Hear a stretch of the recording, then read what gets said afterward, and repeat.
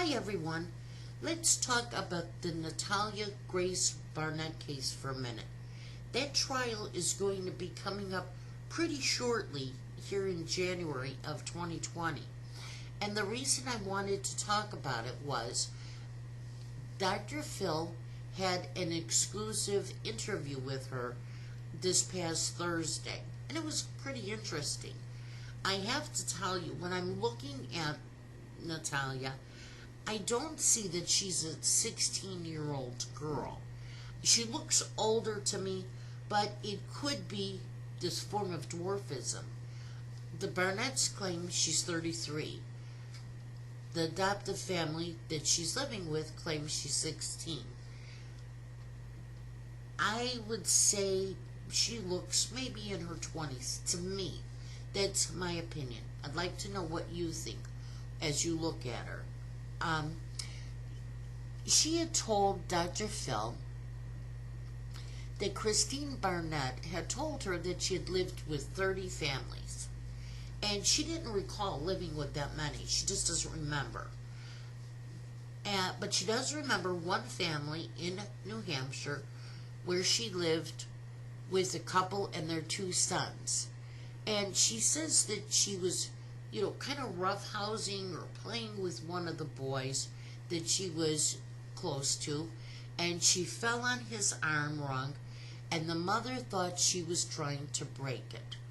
And at that time she said, "I can't do this anymore." Dr. Phil asked her what the mother meant by that, and she said she did not know. And I'm sure there's some type of backstory there, because if you have children, you don't automatically think, oh my goodness, this one or that one's trying to break each other's arms. There has to be a backstory to that. And there has to be a backstory to the comment that I can't do this anymore. And I guess we'll find out during the trial. But I don't think that this was just innocent child play, as Natalia claims, if somebody would say that. I don't think that families just adopt kids to try them out and then throw them away. At least I hope not. But you never know. But I'm going to give these families the benefit of the doubt, especially if there seems to be a reoccurring type of behavior. And that's kind of the impression I had gotten from at least one family, and that's that family in New Hampshire and the Burnouts. So another family comes forward, and they are the DePauls. And the DePauls are a couple that suffer from the same type of dwarfism. And they wanted to adopt Natalia in 2009. And they claim that they have birth records that show her birth year as 2003.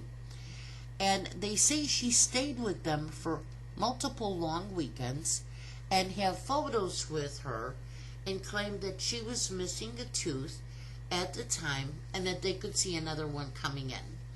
And I believe the reason why they pointed that out was because, if you will recall in my previous video on Natalia Grace, Christine Barnett talks about Natalia having adult teeth, along with having pubic hair, a menstrual cycle, adult vocabulary. So I think that we're going by the fact that she had this one tooth that was out and another one was coming in. And they say that her photos make her look like she's 6 years old at the time. She did not appear to be an adult. Now, with reference to her birth records, I understand that they have birth records that point to her birth year as being 2003. But remember, so did the Barnetts. The Barnetts had birth records that said she was born in 2003, but after her adult characteristics and the way she acted, they took her to their family doctor, who had the bone density test done and had then established that she was older than 6 or 7 years old.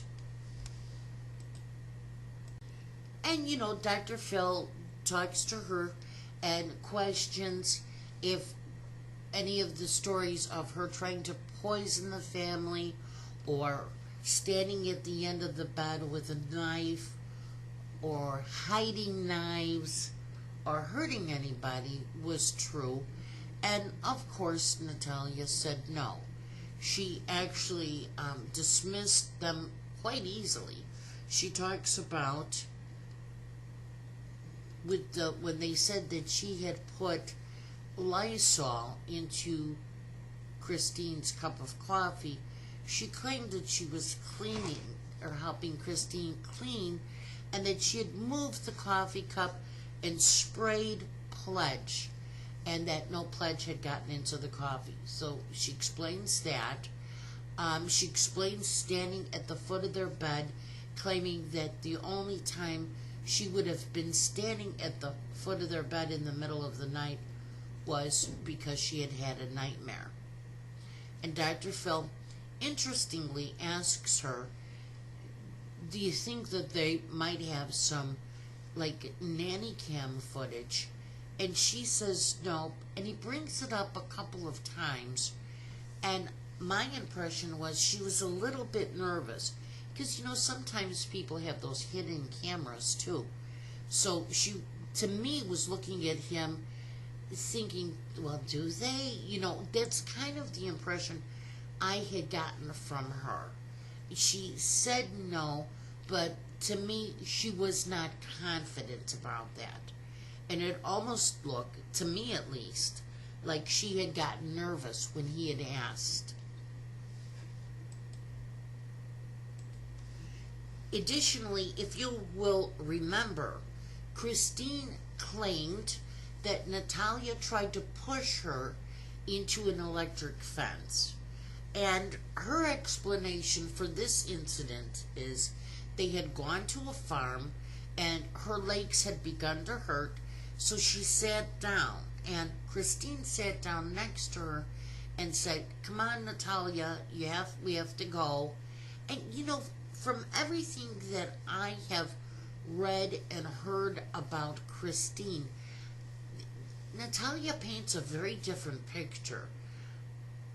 I would think that Christine would have been more patient with somebody such as Natalia because of her dwarfism. Remember, she had a special needs son, and I do believe that is why the Florida Adoption Agency had contacted the Barnetts, because they had a special needs son already, and he had excelled, and they probably felt that this was the best place to put her, especially if she was a problem, quote-unquote, child. So I don't believe that she was saying, "Come on, Natalia, we gotta go." She probably sat down with her for a while and then said, "We have to go." And she claims that Christine had gotten up and was trying to help Natalia up, and as she was trying to help her up, she had fallen, along with Christine. Now, here's my question. If you're 6 or 7 years old, unless it's muddy or you just didn't have the proper footing, how does a 6 or 7-year-old bring down an adult? You're not that heavy when you're that age. So how could it be that while she was trying to help this little girl up, that she lost her footing? I guess that's possible. And they got to the time frame where the Mans had met Natalia. And apparently a neighbor had called Mrs. Mann and said, "You have to come over here." And apparently Natalia had been sitting on her neighbor's porch, and they were chatting with her, and they asked her where she lived, and she said, "I have my own apartment." And she said, "I'm 22, and they said, "No, you couldn't be 22. And so they went to her apartment, and sure enough, they had gone in there. There was some boxed food in the freezer. There was a bed for her, a TV set.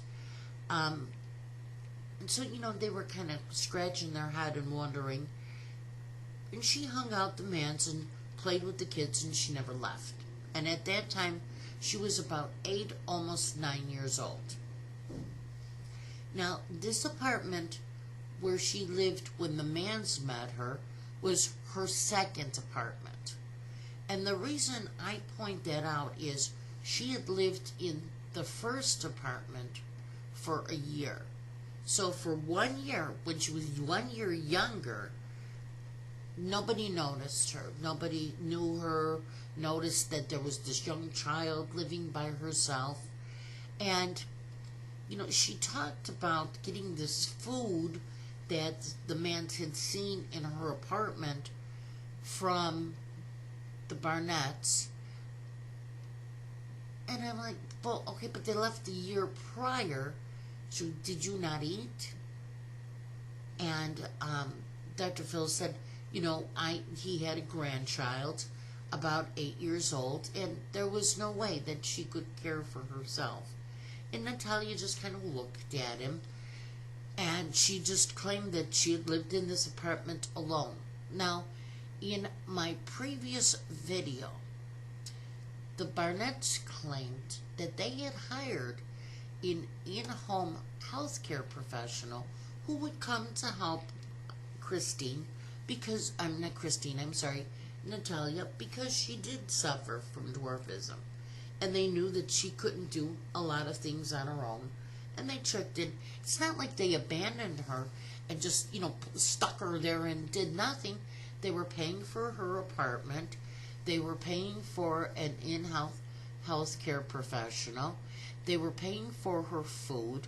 So when they say that she was abandoned, I don't think that that's necessarily true on many levels. I'm still wondering if she's not an adult.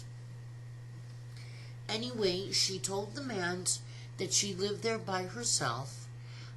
She said that she was going to school, and she talked about going to an adult education center for school. Now, in my previous video, we had touched on that she was going to this adult education center, and typically, if you were 18 years and older, you would enroll yourself.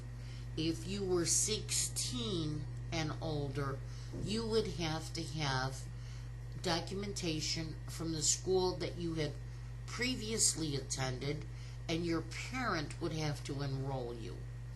And prior to being accepted, you would have to take tests, an entrance exam, if you will, on core classes like math and science and all those types of classes, and pass them. And if you did not pass them or have at least a middle school knowledge on these courses, then you would have to get a tutor to bring you up to speed.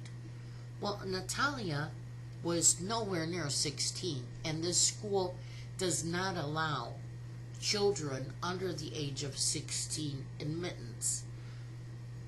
So, of course, you could say, well, Christine had that birth certificate changed and showed her to be older, so maybe that's how she got her in, which is possible. But I could put that she was 50. How did this girl have the vocabulary of an adult and know these core classes at middle school level when she was only 8 years old? To me, either she was very smart or something's just not adding up again there. So that makes me question it. So again, just to reiterate, she denies all of the accusations leveled at her by the Burnouts. She has 2 families that do claim that she is a child because they're going by her birth certificate from the Ukraine. They claim that she plays with children and acts like a child. And, well, now she's 16, so she's acting more like, a teenager. But, a bad picture is being painted of the Barnetts. And I stop and think to myself, Christine Barnett worked so hard with her son, the Barnetts did. He suffers from autism. I can't wrap my mind around the fact that he has an IQ higher than Einstein's, and she was just abandoned, this woman, or girl, however you look at it. I just don't see this family doing it. I guess we will find out during the trial, but let me know what you think about this case. And if you have any other facts maybe, or things that you have heard, feel free to leave them in the comments. Thank you.